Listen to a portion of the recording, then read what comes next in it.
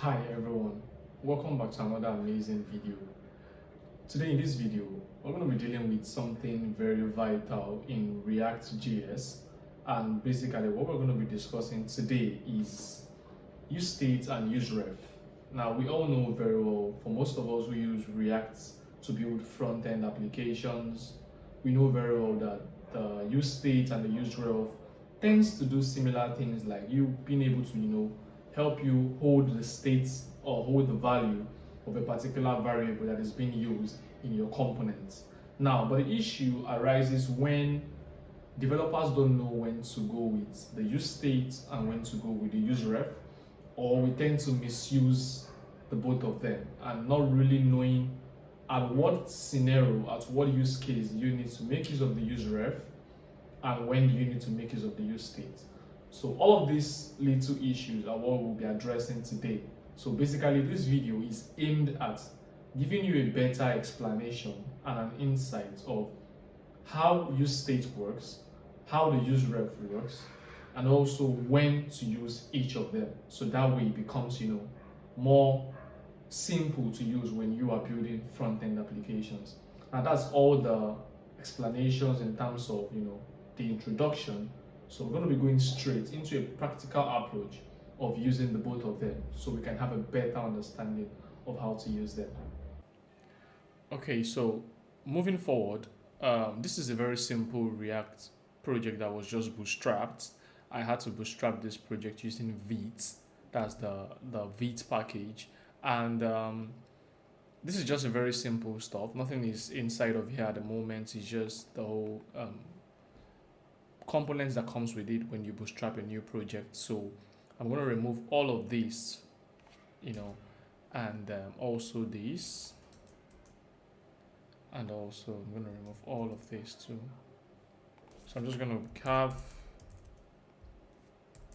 this is our sample useState and useRef tutorial. Just to be sure that we have this, I'm going to save this. And now I'll try to see this in the browser. Let's see what it looks like. So yeah, so we have, this is our sample useState and useRef tutorial. So now the next thing we just have to do is just bring in the useRef, and we already have the useState. Now before showing you a practical example of the both, I just want to point out something. When you talk about useState and useRef, they are both hooks in React.js functional component usage. So which means if you are building an application in React and you're making use of the functional component, when you import the useState and import the useRef, you are basically making use of the React hooks, and they are both used to mutate values and data, variables. But what exactly is the purpose of the useState and the useRef? Now, the useState is used to manage state in functional components, and it allows you to declare the state variables and update them. So which means when you declare the variables in the useState, you also need to have a function that updates that variable or mutates the variable. And that's the reason why if you've seen useState usage, you will find that we have something like this. We can say count and set count, and this is set to a value of 0. You can also say something like this: is loading, set is loading, and this is pointed to a value of false. Now these are several ways you can set state values, and you can see to access each of those values you would have to call the first value in the array, which is count, and then the second case, which is loading. Now, how do you now update those values? You have to make use of the set count to update the value of count, and also the set is loading to update the value of is loading.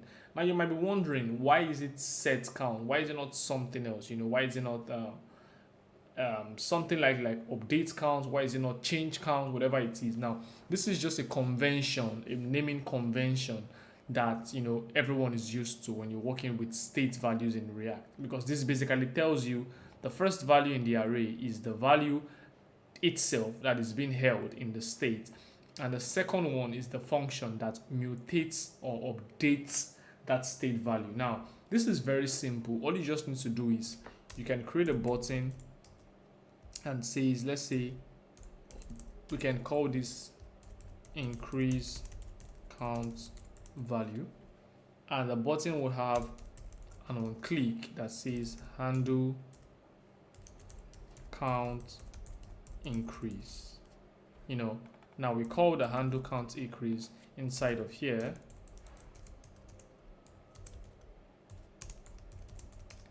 and we can just say set count plus 1. Now if we save this and try to run the application, now we should have something like this, whereby we're missing out something, so I will have to show the value here. I forgot to do that, so I'm just going to show the count value here so that we can see as the value increases. So now we have this, and if we save it now, you find out that we're able to increase this value, using the state. Now, this same thing can also be done using the useRef.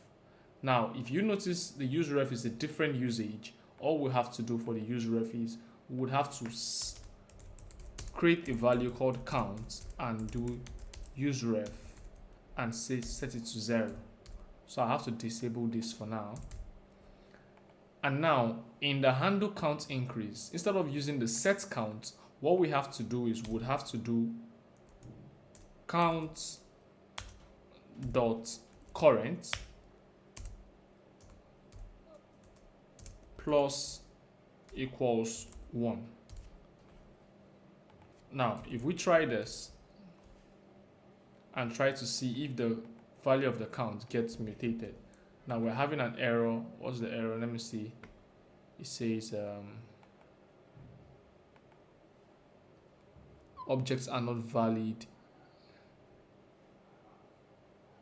Objects are not valid as a React child. If you're meant to render collection, use an array instead. Okay, so here we have count.current. Okay, let me see. Oh, okay, yeah. So at this point, we wouldn't want to do that, because when you're making use of the useRef, you are using that for cases where you don't want to trigger a re-render in your component. And that's the one differentiates the useRef from the useState. The useState, at every point the value changes, the component is re-rendered. But for the useRef, they are used in cases where you do not want to trigger a re-render, but still being able to access that updated or mutated value. So in our case, we can just put a console.log here and just say count value, and here we have count.current. Now if we save this and try to see what the count value is, to see if we can get that. Now we increase count value, we get 1, we get 2, we get 3, continuously like that. You can see the values are getting updated. Now you would notice that we've been able to update the count using the useState and also using the useRef. Now it brings us to this question. Since the both of them are actually updating or mutating values in the states, why can't we use any of them at our convenience? Or why can't we just go with the one we choose to go with, or the one we are more comfortable with? But the answer is no, because even for the fact that the both of them try to update the state or mutate the state, they still have a significant difference. And that difference is this: when you're making use of the useState, your component would always be re-rendered at every point the useState value changes. So which means when we had our count as 0 and set the count to 1, our component automatically triggers a re-render.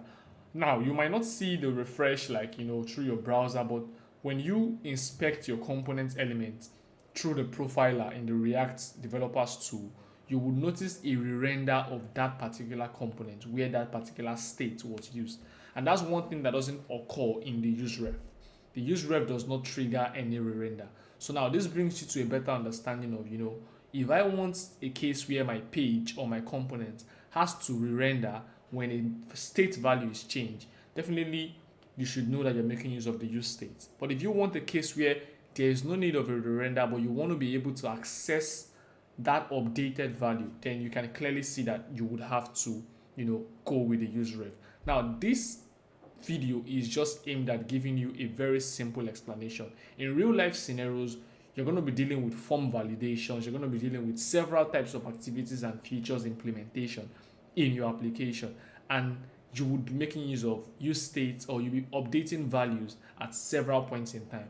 And that is the reason why I had to point out the significant difference. So whenever you are at the spot, or you are in a box where you need to ask yourself, I need to do this, do I really need to trigger a render? If my answer is yes, then I will have to automatically use the useState hook to hold this value or to hold this variable. And if the case be that you don't want to trigger a render but you still want to be able to access that value, then clearly you would have to make use of the useRef.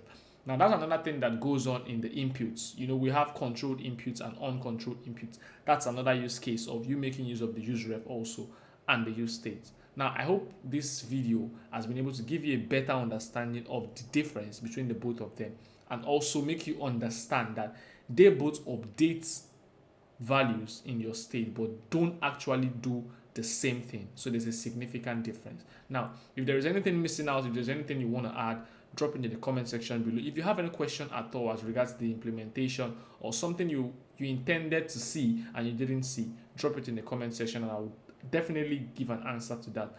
And that would basically be the end of this video. I would see you in the next video.